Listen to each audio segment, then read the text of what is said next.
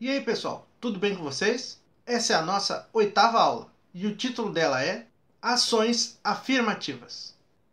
Continuamos no nosso ritmo de apresentar um conteúdo por semana que é trabalhado na forma de um texto, de um vídeo e de um podcast. E para que esse vídeo não fique muito longo, eu vou fazer uma apresentação básica sobre o tema que vai complementar o texto e que vai ser complementada pelo podcast Sociologia.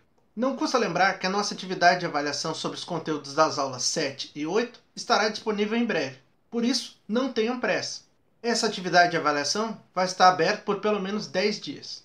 Leiam os textos novamente, assistam às aulas do canal Sociologia e ouçam o nosso podcast Sociologia. Respondam às questões com atenção, pois só é possível realizar um único envio. Só existe uma resposta certa para cada questão e as respostas certas não se repetem. E em breve também teremos as recuperações paralelas das respectivas atividades de avaliação. Sempre que tratamos das ações afirmativas, estamos tratando da existência de desigualdades sociais. As desigualdades sociais vão surgir como uma decorrência natural do desenvolvimento do capitalismo. É o entendimento de que o lucro é um fator social importante que vão surgir as diferenças entre os indivíduos em uma sociedade. Nesse sentido, as ações afirmativas vão surgir como uma espécie de tentativa de freio dessas desigualdades. Elas podem ser entendidas como medidas especiais ou temporárias, principalmente no âmbito do Estado, entre parênteses, governo. Essas políticas focais estão, de um lado, orientadas para tentar reduzir as desigualdades sociais, e de outro, buscar garantir a redução da discriminação social. Normalmente, as ações afirmativas são idealizadas especificamente para grupos sociais ou indivíduos que são socialmente discriminados ou historicamente discriminados. Mesmo que a Constituição e o sistema de leis do Brasil prevejam a ideia de igualdade, o sistema capitalista no qual o Brasil está incluído gera naturalmente processos de diferenciação social. E a partir desses processos de diferenciação social vão surgir as discriminações entre pessoas. Com o tempo, porém, a sociedade e os indivíduos que a ela pertencem vão se acostumando a essas desigualdades, passando a considerá-las irrelevantes. Mesmo que o Brasil tenha um histórico de mais de 350 anos de escravidão, ainda há pessoas que negam a existência desse período triste da nossa história. Essas mesmas pessoas vão até negar a existência de discriminação.